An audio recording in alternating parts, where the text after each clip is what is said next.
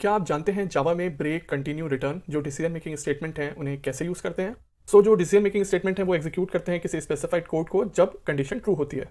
Examples के लिए if else, nested if else if, ladder, switch and jump. जो jump category है उसमें 3 स्टेटमेंट आते हैं, break, continue and return. Example से समझते हैं इन स्टेटमेंट की वर्किंग को। यहाँ जावा ब्लॉक क्लास में मेन मेथड के अंदर एक फॉर लूप को क्रिएट किया है। ये फॉर लूप 5 टाइम एग्जीक्यूट होगा, आई की वैल्यू जाएगी 1 से लेकर 5 तक। इस फॉर लूप के अंदर एक इफ स्टेटमेंट को भी ऐड करा है जिसमें कंडीशन रखी है कि अगर आई की वैल्यू इवन होगी तभी ये कंडीशन ट्रू होगी। अभी के लिए इस इफ ब्लॉक में हम कोई भी ऑपरेशन परफॉर्म नहीं करा रहे हैं। उसके बाद फॉर लूप के अंदर ही आई की वैल्यू को प्रिंट करा रहे हैं सेम लाइन में, और आखिर में प्रिंट करा रहे हैं दी एंड को नेक्स्ट लाइन में। इस प्रोग्राम का जो आउटपुट है वो आ जाएगा 1 2 3 4 5 और दी एंड इन नेक्स्ट लाइन। अब अगर इस इफ कंडीशन में मैं ब्रेक स्टेटमेंट को यूज करूं तो ब्रेक को आप लोग यूज करते हैं लूप को एग्जिट करने के लिए। तो इस केस में जब फॉर लूप एग्जीक्यूट होगा तो पहले रन में वो आई की वैल्यू को 1 प्रिंट कर देगा, मगर नेक्स्ट रन में जब आई की वैल्यू 2 होगी तो इफ कंडीशन जो है वो सेटिस्फाई हो जाएगी एंड ब्रेक स्टेटमेंट एग्जीक्यूट हो जाएगा, और एग्जीक्यूट होते ही प्रोग्राम फॉर लूप से बाहर आ जाएगा। इस केस में आउटपुट आएगा 1 एंड दी एंड।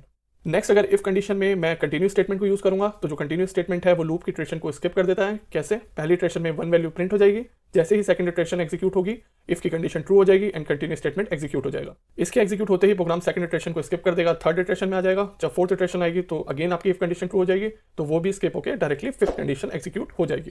इसलिए इस केस में आउटपुट आ जाएगा 1 3 5 एंड दी एंड।